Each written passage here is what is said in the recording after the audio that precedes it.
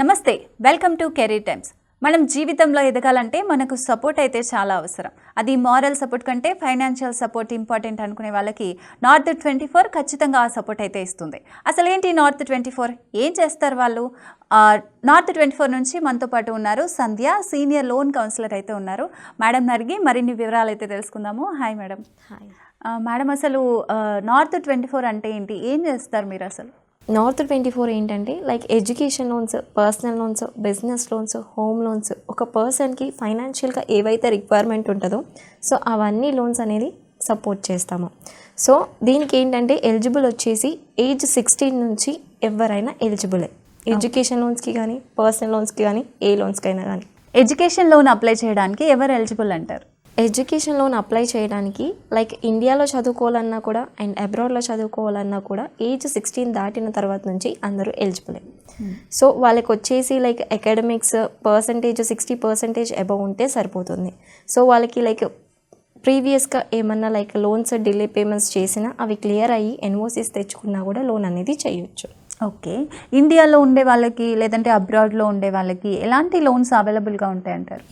అబ్రాడ్లో చదువుకునే వాళ్ళకి అంటే ఇంటర్నేషనల్లో చదువుకునే వాళ్ళకి ఏ కంట్రీ అయినా లైక్ యూఎస్ఏ అయినా, యూకే అయినా, కెనడా అయినా, ఆస్ట్రేలియా అయినా, జర్మనీ అయినా, ఏ కంట్రీ అయినా కూడా 2 టైప్స్ ఆఫ్ లోన్స్ అనేవి ఎలిజిబుల్ ఉంటాయి. ఫస్ట్ వచ్చేసి సెక్యూర్డ్ అంటే కొలెట్రల్ లోన్.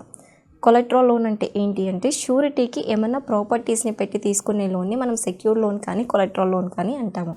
అండ్ సెకండ్ వచ్చేసి non collateral loan. Non collateral అంటే ఏంటి అంటే నాన్ కొలెట్రల్ని అన్సెక్యూర్ కూడా అంటారు. సో నాన్ కొలెట్రల్ లోన్కి ఏంటి అంటే షూరిటీకి ఒక పర్సన్ని లైక్ స్టూడెంట్ వాళ్ళ పేరెంట్స్ని కానీ లేదా వాళ్ళ బ్లడ్ రిలేషన్లో ఎవరినైనా కానీ షూరిటీగా పెట్టి లోన్ తీసుకోవచ్చు. సో దానికి ఎలిజిబిలిటీ క్రైటీరియా అనేది ఉంటుంది. లైక్ వాళ్ళకి ఇన్కమ్ వచ్చిన వాళ్ళు అయితేనే ఎలిజిబుల్ ఉంటారు. ఓకే. సో అండ్ ఇండియాలో చదువుకునే వాళ్ళకి ఏంటి అంటే same secured loans and unsecured loans రెండు చేయొచ్చు.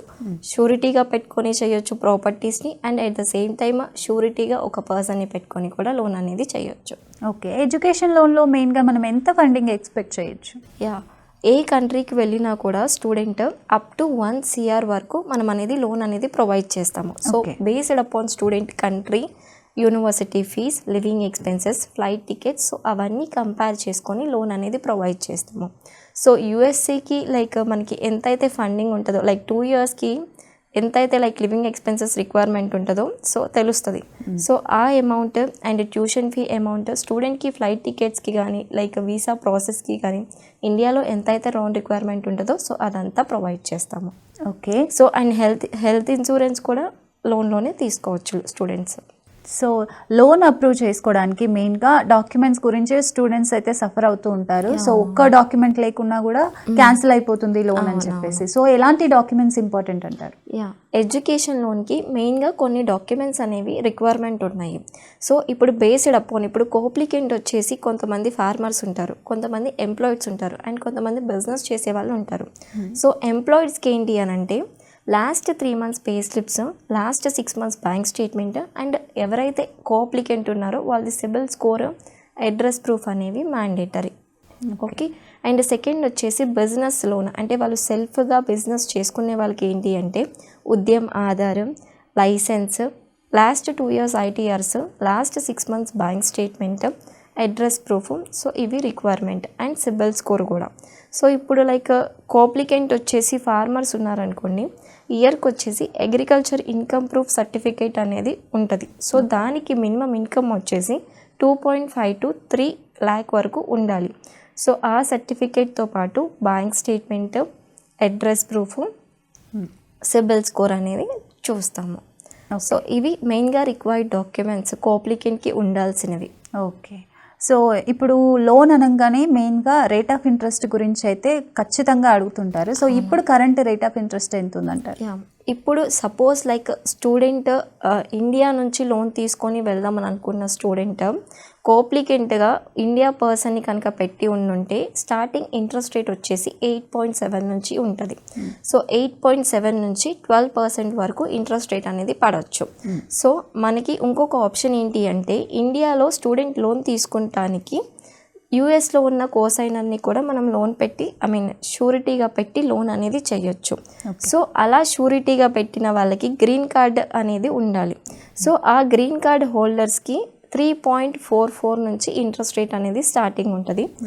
సో మినిమం ఇంట్రెస్ట్ రేట్ వచ్చేసి ఎడ్యుకేషన్ లోన్కి 12% దాకానే ఉంటుంది. 12% మీన్స్ 1 రూపీ. సో ఎడ్యుకేషన్ లోన్కి 1 రూపీ కంటే ఎక్కువ అనేది ఎక్స్పెక్ట్ చేయరు. ఓకే, ఎడ్యుకేషన్ లోన్ తీసుకున్నప్పుడు మనకి ఈఎంఐ ఎప్పుడు స్టార్ట్ అవుతుంది? యాక్చువల్లీ ఇప్పుడు ఒక్కొక్క కంట్రీకి ఒక్కొక్క కోర్సుకి వెళ్ళాలి అనుకుంటారు స్టూడెంట్. సో ఆ కోర్స్ వచ్చేసి లైక్ 1 ఇయర్ ఉంటుంది, లేదా 18 మంత్స్ ఉంటుంది, లేదా 16 మంత్స్ ఉంటుంది, లేదా 2 ఇయర్స్ ఉంటుంది. ఆఫ్టర్ ఎడ్యుకేషన్ తర్వాత స్టూడెంట్కి 1 ఇయర్ అనేది గ్యాప్ అనేది ఉంటుంది. సో ఆ గ్యాప్ ఎందుకంటే స్టూడెంట్ జాబ్ సర్చింగ్ చేసుకోవడానికి. So 2 years education plus 1 year job searching, after 3 years తర్వాత నుంచి ఈఎంఐ అనేది స్టార్ట్ అవుతుంది. ఓకే, సో మారిటోరియం పీరియడ్ వల్ల మనకి బెనిఫిట్స్ ఏముంటాయి స్టూడెంట్స్కి? మారిటోరియం పీరియడ్ అంటే ఏంటి అంటే చదువుకునే టైంలో స్టూడెంట్ ఎలాంటి ఈఎంఐస్ పే చేయాల్సిన పని లేదు. సో దానివల్ల బెనిఫిట్ ఏంటి అంటే స్టూడెంట్స్కి సో ప్రెషర్ అనేది ఉండదు. లైక్ ఎడ్యుకేషన్కి వాళ్ళు కాన్సన్ట్రేషన్ చేయాలా లేదా ఫైనాన్షియల్గా కాన్సన్ట్రేట్ చేయాలా, ఇవన్నీ ప్రెషర్ అవుతూ ఉంటారు. లైక్ ఈఎంఐ ఎవ్రీ మంత్ ఎలా పే చేయాలి అండ్ వాళ్ళ లివింగ్ ఎక్స్పెన్సెస్, సో ఇవన్నీ లైక్ ఉన్నాయా లేదా సరిపోతాయా లేదా అన్నట్టు ఉంటారు. సో ఆఫ్టర్ ఎడ్యుకేషన్ తర్వాత మాత్రమే ఈఎంఐ అనేది స్టార్ట్ అవుతుంది స్టూడెంట్కి. సో లోన్ అనగానే థర్డ్ పార్టీస్ చాలా ఉంటాయి కదా, సో థర్డ్ పార్టీస్ వల్ల మనం ఎలాంటి జాగ్రత్తలు తీసుకోవాలంటారు? ఇప్పుడు మార్కెట్లో ఏంటి అంటే like student education loan requirement ఉంది అనగానే థర్డ్ పార్టీస్ ఎవరైతే ఉన్నారో సో వాళ్ళందరూ ఫైల్స్ తీసేసుకొని లైక్ 2% ఇంట్రెస్ట్ రేట్ ఉంటుంది, 2% ప్రాసెసింగ్ ఫీ ఉంటుంది ఆర్ 3% ప్రాసెసింగ్ ఫీ ఉంటుంది, ఎలా అయినా కూడా ఫైల్ అనేది అప్రూవల్ అవుతుంది అని చెప్పేసి ముందే కమిట్మెంట్స్ ఇస్తారు. సో అలాంటి వాళ్ళని అసలు నమ్మొద్దు. సో ఇప్పుడు స్టూడెంట్కి ఎక్కడైతే అప్రూవల్ వస్తుందో అక్కడ 0.75 to 1% మాత్రమే ప్రాసెసింగ్ ఫీ పే చేయాల్సి ఉంటుంది. అది థర్డ్ పార్టీస్కి కాదు, డైరెక్ట్ ఏ బ్యాంక్లో అయితే శాంక్షన్ అయ్యిందో సో ఆ బ్యాంక్కి మాత్రమే మనం ప్రాసెసింగ్ ఫీ అనేది పేమెంట్ చేయాల్సి ఉంటుంది. సో ఎవరైనా కానీ లైక్ బయట వాళ్ళు 2% ఇచ్చినా 3% ఇచ్చినా కూడా ఫైల్స్ చేస్తా అన్నప్పుడు ఎవ్వరు చేపించుకోవద్దు. ఎందుకంటే ఇది మొత్తం total free process education loan అనేది. సో ఆఫ్టర్ అప్రూవల్ తర్వాత 0.75 to 1% అనేది ప్రాసెసింగ్ ఫీ ఉంటుంది. సో ఆఫ్టర్ పేమెంట్ తర్వాత స్టూడెంట్కి శాంక్షన్ లెటర్ అనేది ప్రొవైడ్ చేస్తారు. సో ఆ శాంక్షన్ లెటర్ అండ్ కోప్లికెంట్ స్టూడెంట్ కొన్ని డాక్యుమెంట్స్ మీద సైన్ చేయాల్సి ఉంటుంది.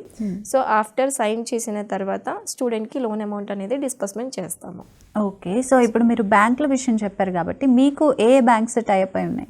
మనతో ఏంటంటే like private banks, public banks, NBFCs bank, so ఇట్లా 15+ బ్యాంక్స్తో ఏంటంటే మనం టైప్ అయి ఉన్నాము. సో ప్రైవేట్ అండ్ పబ్లిక్ బ్యాంక్స్లో ఏంటి అంటే ఇంట్రెస్ట్ రేట్ వచ్చేసి 8.7 నుంచి 12% వరకు ఉండొచ్చు. ఓకే, సో ప్రైవేట్ పబ్లిక్లో అలా. అండ్ ఇంటర్నేషనల్ బ్యాంక్స్తో కూడా మనం టైఅప్ అనేది ఉన్నాము. సో వాటికి ఏంటి అని అంటే ఓన్లీ స్టూడెంట్ ప్రొఫైల్ బేస్డ్ మీద కూడా మనం చేయొచ్చు లోన్ అనేది. సో ఎన్బిఎఫ్సిస్ బ్యాంక్స్కి ఏంటి అని అంటే 10.50 to 12.50 వరకు ఇంట్రెస్ట్ రేట్ అనేది ఉంటుంది. సో ఎడ్యుకేషన్ లోన్ కాబట్టి మినిమం 12% అనేది ఉంటుంది. 12% అంటే 1 రూపీ. సో ఈ 1 రూపీ ఆ రేంజ్లోనే ఇంట్రెస్ట్ రేట్ అనేది పడుతుంది.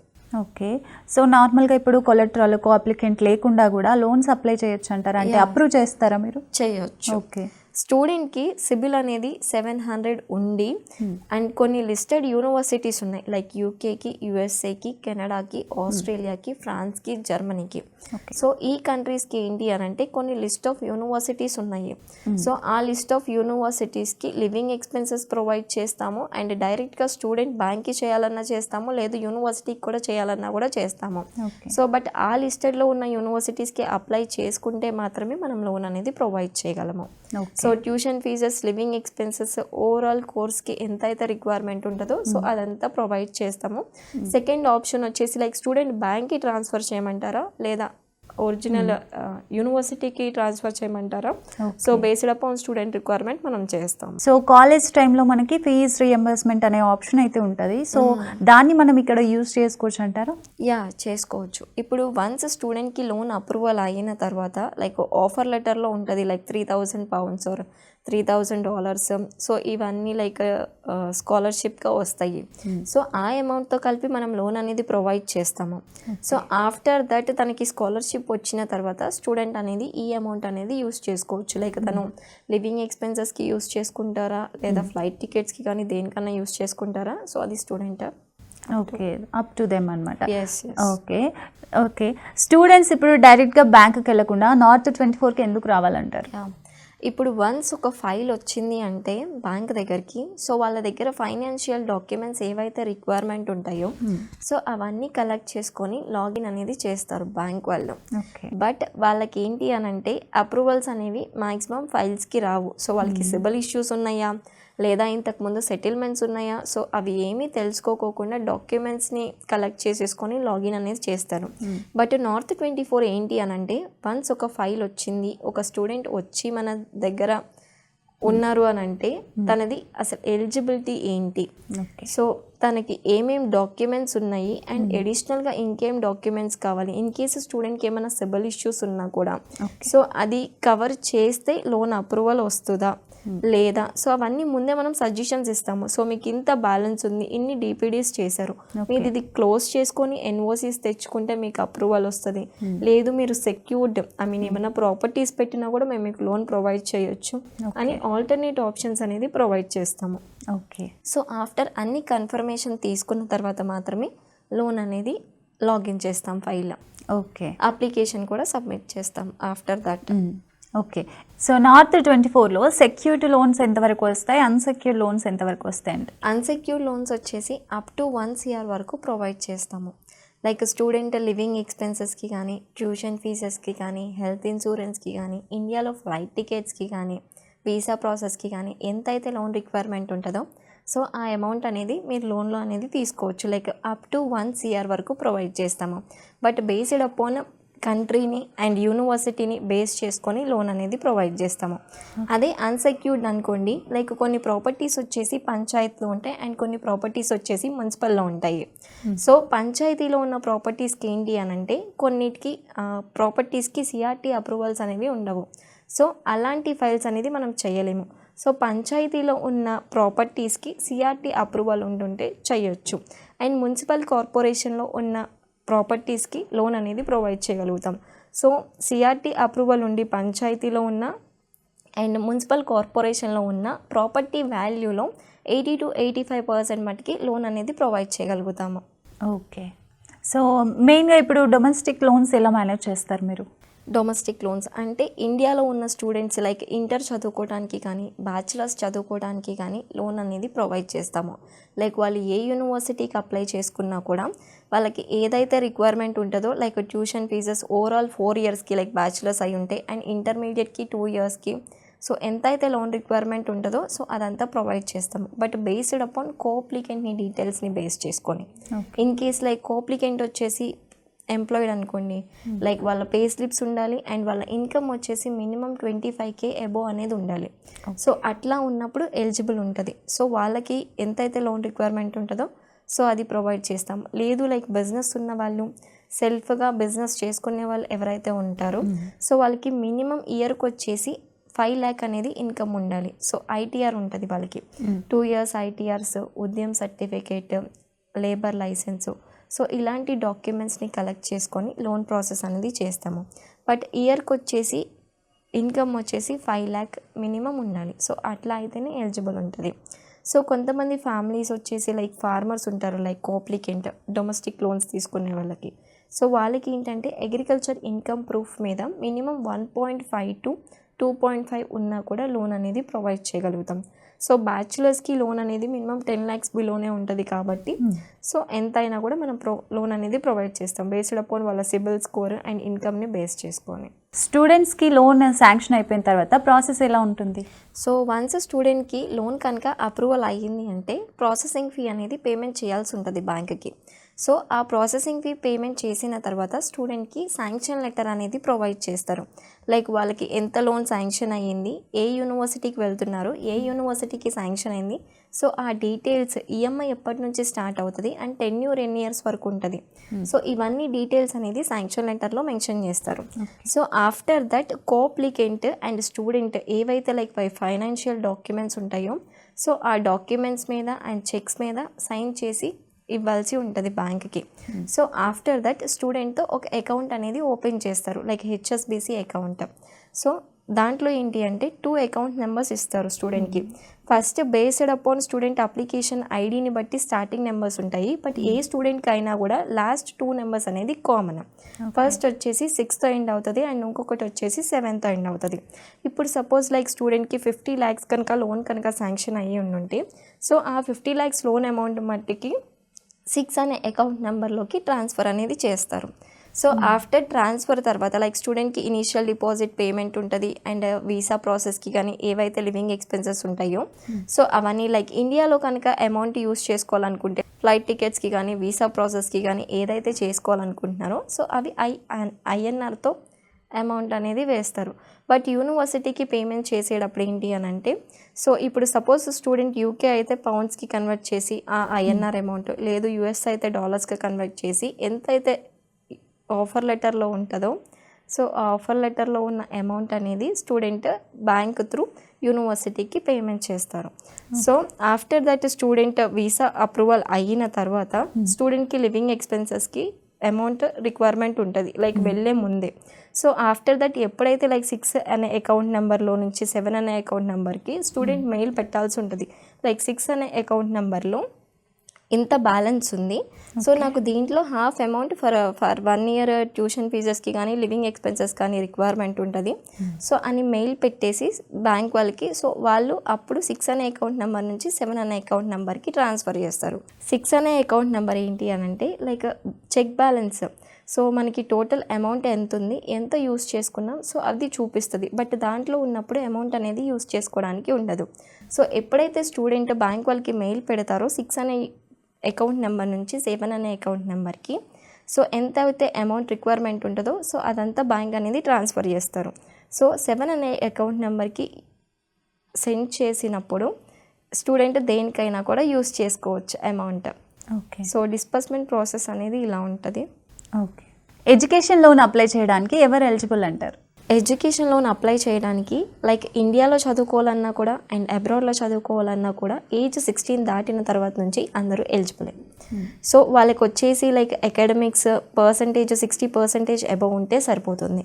సో వాళ్ళకి లైక్ ప్రీవియస్గా ఏమన్నా లైక్ లోన్స్ డిలే పేమెంట్స్ చేసినా అవి క్లియర్ అయ్యి ఎన్ఓసీస్ తెచ్చుకున్నా కూడా లోన్ అనేది చేయొచ్చు. ఓకే.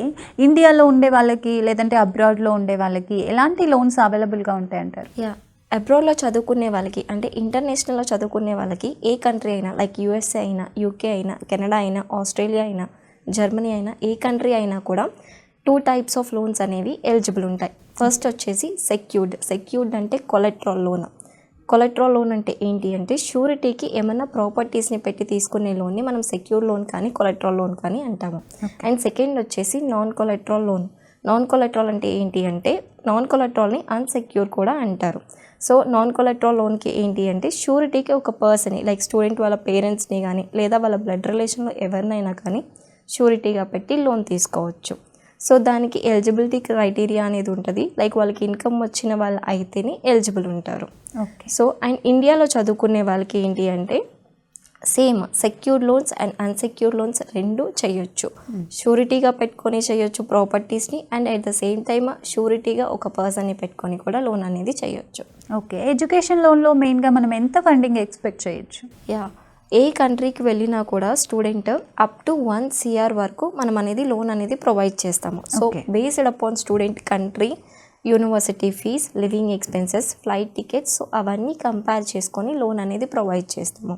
సో యూఎస్సీకి లైక్ మనకి ఎంతైతే ఫండింగ్ ఉంటుందో లైక్ 2 yearsకి ఎంతైతే లైక్ లివింగ్ ఎక్స్పెన్సెస్ రిక్వైర్మెంట్ ఉంటుందో సో తెలుస్తుంది. సో ఆ amount and tuition fee amount స్టూడెంట్కి ఫ్లైట్ టికెట్స్కి కానీ లైక్ వీసా ప్రాసెస్కి కానీ ఇండియాలో ఎంతైతే లోన్ రిక్వైర్మెంట్ ఉంటుందో సో అదంతా ప్రొవైడ్ చేస్తాము. Okay. So and health insurance కూడా లోన్లోనే తీసుకోవచ్చు స్టూడెంట్స్. సో లోన్ అనగానే థర్డ్ పార్టీస్ చాలా ఉంటాయి కదా, సో థర్డ్ పార్టీస్ వల్ల మనం ఎలాంటి జాగ్రత్తలు తీసుకోవాలంటారు? ఇప్పుడు మార్కెట్లో ఏంటి అంటే like student education loan requirement ఉంది అనగానే థర్డ్ పార్టీస్ ఎవరైతే ఉన్నారో సో వాళ్ళందరూ ఫైల్స్ తీసేసుకొని లైక్ 2% ఇంట్రెస్ట్ రేట్ ఉంటుంది, ఐ మీన్ 2% ప్రాసెసింగ్ ఫీ ఉంటుంది ఆర్ 3% ప్రాసెసింగ్ ఫీ ఉంటుంది, ఎలా అయినా కూడా ఫైల్ అనేది అప్రూవల్ అవుతుంది అని చెప్పేసి ముందే కమిట్మెంట్స్ ఇస్తారు. సో అలాంటి వాళ్ళని అసలు నమ్మొద్దు. సో ఇప్పుడు స్టూడెంట్కి ఎక్కడైతే అప్రూవల్ వస్తుందో అక్కడ 0.75 to 1% మాత్రమే ప్రాసెసింగ్ ఫీ పే చేయాల్సి ఉంటుంది. అది థర్డ్ పార్టీస్కి కాదు, డైరెక్ట్ ఏ బ్యాంక్లో అయితే శాంక్షన్ అయ్యిందో సో ఆ బ్యాంక్కి మాత్రమే మనం ప్రాసెసింగ్ ఫీ అనేది పేమెంట్ చేయాల్సి ఉంటుంది. సో ఎవరైనా కానీ లైక్ బయట వాళ్ళు 2% ఇచ్చినా 3% ఇచ్చినా కూడా ఫైల్స్ చేస్తా అన్నప్పుడు ఎవ్వరు చేపించుకోవద్దు, ఎందుకంటే ఇది మొత్తం total free process education loan అనేది. సో ఆఫ్టర్ అప్రూవల్ తర్వాత 0.75 to 1% అనేది ప్రాసెసింగ్ ఫీ ఉంటుంది. సో ఆఫ్టర్ పేమెంట్ తర్వాత స్టూడెంట్కి శాంక్షన్ లెటర్ అనేది ప్రొవైడ్ చేస్తారు. సో ఆ శాంక్షన్ లెటర్ అండ్ కోప్లికెంట్ స్టూడెంట్ కొన్ని డాక్యుమెంట్స్ మీద సైన్ చేయాల్సి ఉంటుంది. సో ఆఫ్టర్ సైన్ చేసిన తర్వాత స్టూడెంట్కి లోన్ అమౌంట్ అనేది డిస్బర్స్మెంట్ చేస్తాము. ఓకే, సో ఇప్పుడు మీరు బ్యాంకుల విషయం చెప్పారు కాబట్టి మీకు ఏ బ్యాంక్స్ టైప్ అయి ఉన్నాయి? మనతో ఏంటంటే like private banks, public banks, NBFCs bank, so ఇట్లా 15+ బ్యాంక్స్తో ఏంటంటే మనం టైప్ అయి ఉన్నాము. సో ప్రైవేట్ అండ్ పబ్లిక్ బ్యాంక్స్లో ఏంటి అంటే ఇంట్రెస్ట్ రేట్ వచ్చేసి 8.7 నుంచి 12% వరకు ఉండొచ్చు. ఓకే, సో ప్రైవేట్ పబ్లిక్లో అలా. అండ్ ఇంటర్నేషనల్ బ్యాంక్స్తో కూడా మనం టైఅప్ అనేది ఉన్నాము. సో వాటికి ఏంటి అని అంటే ఓన్లీ స్టూడెంట్ ప్రొఫైల్ బేస్డ్ మీద కూడా మనం చేయొచ్చు లోన్ అనేది. సో ఎన్బిఎఫ్సిస్ బ్యాంక్స్కి ఏంటి అని అంటే 10.50 to 12.50 వరకు ఇంట్రెస్ట్ రేట్ అనేది ఉంటుంది. సో ఎడ్యుకేషన్ లోన్ కాబట్టి మినిమం 12% అనేది ఉంటుంది. 12% అంటే 1 రూపీ. సో ఈ 1 రూపీ ఆ రేంజ్లోనే ఇంట్రెస్ట్ రేట్ అనేది పడుతుంది. సో లోన్ అనగానే థర్డ్ పార్టీస్ చాలా ఉంటాయి కదా, సో థర్డ్ పార్టీస్ వల్ల మనం ఎలాంటి జాగ్రత్తలు తీసుకోవాలంటారు? ఇప్పుడు మార్కెట్లో ఏంటి అంటే like student education loan requirement ఉంది అనగానే థర్డ్ పార్టీస్ ఎవరైతే ఉన్నారో సో వాళ్ళందరూ ఫైల్స్ తీసేసుకొని లైక్ 2% ఇంట్రెస్ట్ రేట్ ఉంటుంది, ఐ మీన్ 2% ప్రాసెసింగ్ ఫీ ఉంటుంది ఆర్ 3% ప్రాసెసింగ్ ఫీ ఉంటుంది, ఎలా అయినా కూడా ఫైల్ అనేది అప్రూవల్ అవుతుంది అని చెప్పేసి ముందే కమిట్మెంట్స్ ఇస్తారు. సో అలాంటి వాళ్ళని అసలు నమ్మొద్దు. సో ఇప్పుడు స్టూడెంట్కి ఎక్కడైతే అప్రూవల్ వస్తుందో అక్కడ 0.75 to 1% మాత్రమే ప్రాసెసింగ్ ఫీ పే చేయాల్సి ఉంటుంది. అది థర్డ్ పార్టీస్కి కాదు, డైరెక్ట్ ఏ బ్యాంక్లో అయితే శాంక్షన్ అయ్యిందో సో ఆ బ్యాంక్కి మాత్రమే మనం ప్రాసెసింగ్ ఫీ అనేది పేమెంట్ చేయాల్సి ఉంటుంది. సో ఎవరైనా కానీ లైక్ బయట వాళ్ళు 2% ఇచ్చినా 3% ఇచ్చినా కూడా ఫైల్స్ చేస్తా అన్నప్పుడు ఎవ్వరు చేపించుకోవద్దు, ఎందుకంటే ఇది మొత్తం total free process education loan అనేది. సో ఆఫ్టర్ అప్రూవల్ తర్వాత 0.75 to 1% అనేది ప్రాసెసింగ్ ఫీ ఉంటుంది. సో ఆఫ్టర్ పేమెంట్ తర్వాత స్టూడెంట్కి శాంక్షన్ లెటర్ అనేది ప్రొవైడ్ చేస్తారు. సో ఆ శాంక్షన్ లెటర్ అండ్ కోప్లికెంట్ స్టూడెంట్ కొన్ని డాక్యుమెంట్స్ మీద సైన్ చేయాల్సి ఉంటుంది. సో ఆఫ్టర్ సైన్ చేసిన తర్వాత స్టూడెంట్కి లోన్ అమౌంట్ అనేది డిస్బర్స్మెంట్ చేస్తాము. ఓకే, సో ఇప్పుడు మీరు బ్యాంకుల విషయం చెప్పారు కాబట్టి మీకు ఏ బ్యాంక్స్ టైప్ అయి ఉన్నాయి? మనతో ఏంటంటే like private banks, public banks, NBFCs bank, so ఇట్లా 15+ బ్యాంక్స్తో ఏంటంటే మనం టైఅప్ అయి ఉన్నాము. సో ప్రైవేట్ అండ్ పబ్లిక్ బ్యాంక్స్లో ఏంటి అంటే ఇంట్రెస్ట్ రేట్ వచ్చేసి 8.7 నుంచి 12% వరకు ఉండొచ్చు. ఓకే, సో ప్రైవేట్ పబ్లిక్లో అలా. అండ్ ఇంటర్నేషనల్ బ్యాంక్స్తో కూడా మనం టైఅప్ అనేది ఉన్నాము. సో వాటికి ఏంటి అని అంటే ఓన్లీ స్టూడెంట్ ప్రొఫైల్ బేస్డ్ మీద కూడా మనం చేయొచ్చు లోన్ అనేది. సో ఎన్బిఎఫ్సిస్ బ్యాంక్స్కి ఏంటి అని అంటే 10.50 to 12.50 వరకు ఇంట్రెస్ట్ రేట్ అనేది ఉంటుంది. సో ఎడ్యుకేషన్ లోన్ కాబట్టి మినిమం 12% అనేది ఉంటుంది. 12% అంటే 1 రూపీ. సో ఈ 1 రూపీ ఆ రేంజ్లోనే ఇంట్రెస్ట్ రేట్ అనేది పడుతుంది. సో ఇప్పుడు మెయిన్గా స్టూడెంట్స్కి సిబిల్ స్కోర్కి సంబంధించి అది లోన్ పరంగా ఎంత ప్రభావం చూపిస్తుంది అంటారు? ఇప్పుడు మోస్ట్ ఆఫ్ ది స్టూడెంట్స్ ఏంటి అని అంటే లైక్ ఎంపాకెట్లో కానీ లేదా వేరే యాప్స్లో లోన్స్ తీసుకుంటున్నారు. లైక్ అవి ఎక్కువ అమౌంట్ కూడా ఉండట్లేదు, లైక్ 1000 రూపీస్, 2000 రూపీస్. సో ఆ అమౌంట్ తీసుకొని డిలే పేమెంట్స్ అనేది చేస్తున్నారు. లైక్ 200 డేస్ డిపిడీస్, 200, 300 డిపిడీస్ చేస్తున్నారు. సో ఇలా ఉండడం వల్ల ఏంటి అని అంటే ఫ్యూచర్లో వచ్చే ఎడ్యుకేషన్ లోన్ తీసుకోవాలనుకున్నా లేదా పర్సనల్ లోన్స్ తీసుకోవాలనుకున్నా వాళ్ళ నేమ్ మీద అది అనేది ఇంపాక్ట్ అవుతుంది. సో అలా కాకపోకుండా మీరు పే చేయగలిగితేనే లైక్ 1000 తీసుకున్నా 2000 తీసుకున్నా ఎంతైతే పే చేయగలుగుతారో సో అది మాత్రమే మీరు లోన్ అనేది తీసుకొని రీపేమెంట్ అనేది చేయండి. ఇప్పుడు సపోజ్ వాళ్ళు తీసుకుంటారు, వాళ్ళకి ఇప్పుడు ఏమి తెలియదు. బట్ ఫ్యూచర్లో ఏంటి అని అంటే లైక్ ఎడ్యుకేషన్ లోన్కి కానీ ఇంట్లో ఫైనాన్షియల్ ఇష్యూస్ ఉంటూనే ఉంటాయి. సో అప్పుడు స్టూడెంట్ వల్ల పోతుంది. సో అందుకని చెప్పేసి మోస్ట్ ఆఫ్ ది స్టూడెంట్స్ అది తీసుకోకోకుండా ఉంటే బెటర్. ఒకవేళ తీసుకున్నా కూడా కరెక్ట్గా ఈఎంఐ అనేది పేమెంట్స్ చేస్తూ ఉంటే బెటర్. ఓకే, నార్త్ 24కి సంబంధించి ఆన్లైన్ ఫెసిలిటీస్ ఏ విధంగా ఉంటాయి? యా, ఇది టోటల్ మొత్తం లోన్ ప్రాసెస్ అనేది ఆన్లైనే. లైక్ స్టూడెంట్ డాక్యుమెంట్స్ కలెక్టింగ్ నుంచి సో వాళ్ళ డాక్యుమెంట్స్ సబ్మిట్ చేసి అప్రూవల్ అండ్ డిస్బర్స్మెంట్ అప్పుడు హెచ్ఎస్బిసి అకౌంట్ ఓపెన్ చేయాల్సినవి ఇవన్నీ మొత్తం ఆన్లైన్ త్రూగానే జరుగుతాయి. Like just WhatsApp or mail త్రూగా డాక్యుమెంట్స్ అనేది షేర్ చేసి అండ్ సైన్స్ కూడా డిజిటల్గా పెడితే సరిపోతుంది. ఓకే, సో నార్త్ 24కి సంబంధించి బ్రాంచెస్ ఎక్కడెక్కడ ఉన్నాయి మీకు? నార్త్ 24 హెడ్ ఆఫీస్ వచ్చేసి యుఎస్లో ఉంది. అండ్ ఇండియాలో ఏంటి అని అంటే విజయవాడలో, గుంటూరులో, వైజాగ్లో, కేపీహెచ్పి, సోమాజిగూడ, మాదాపూర్. సో ఈ బ్రాంచెస్ అన్నీ అవైలబుల్గా ఉంటాయి. 24/7 అనేది సర్వీస్ అనేది ప్రొవైడ్ చేస్తాము. Okay, online services and offline services రెండు బోత్ ప్రొవైడ్ చేస్తాము. Okay, so thank you so much అండి సంధ్య గారు. సో చూసారు కదండి, మీకు ఇలాంటి డౌట్స్ కాకుండా ఇంకేమైనా డౌట్స్ ఉన్నా కూడా స్క్రీన్ పైన కనిపిస్తున్న నెంబర్స్కి అయితే కాల్ చేసి మీ డౌట్స్ అన్నీ క్లియర్ చేసుకుంది ఒకసారి విజిట్ అవ్వండి. Thank you so much.